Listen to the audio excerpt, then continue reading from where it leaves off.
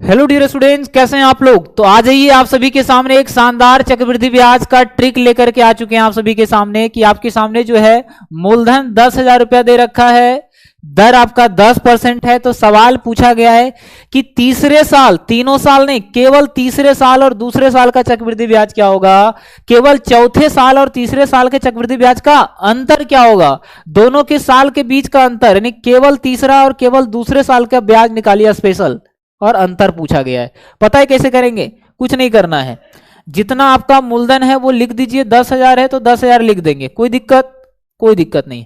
पहला साल रेट जो है ना उसको फ्रैक्शन में बदलिए, तो पहला साल 10%, 1/10 होगा, तो 1/10 लिख दीजिए, ठीक है।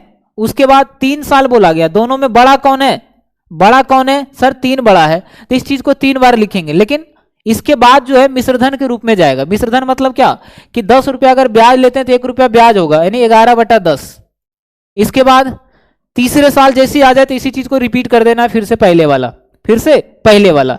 उसी प्रकार से यहां भी देखिएगा, 10,000 आपका मूलधन है तो 10,000 लिख दीजिए बाबू, ठीक है।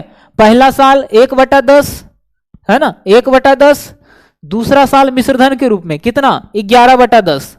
11/10 कितना बार, 2 बार। क्यों, क्योंकि यहां पर सबसे ज्यादा 4 है ना, तो 4 बार पुराना है, तो 1 2 3 लिखा चुका है। अंतिम में क्या, फर्स्ट और लास्ट सेम होना चाहिए, तो फिर से हो गया 1/10। अब क्या, इसको कैलकुलेट कर लेंगे तो हमारा आंसर आ जाएगा। कितना आ जाएगा, इसको काट दीजिए, 3 0 से 3 0 खत्म, तो अंतर हो गया कितना, 11 दहिया 110, ठीक है। चलिए, अगर यहां पर देखिए 4 0 से 4 0 खत्म हो गया तो बचा क्या, 11 11 121।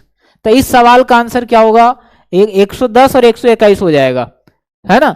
तो जब इस प्रकार से स्पेशल पर्टिकुलर ईयर का डिफरेंस पूछा जाता है तो आप इस तरीके से करिएगा। कैसा लगा ट्रिक।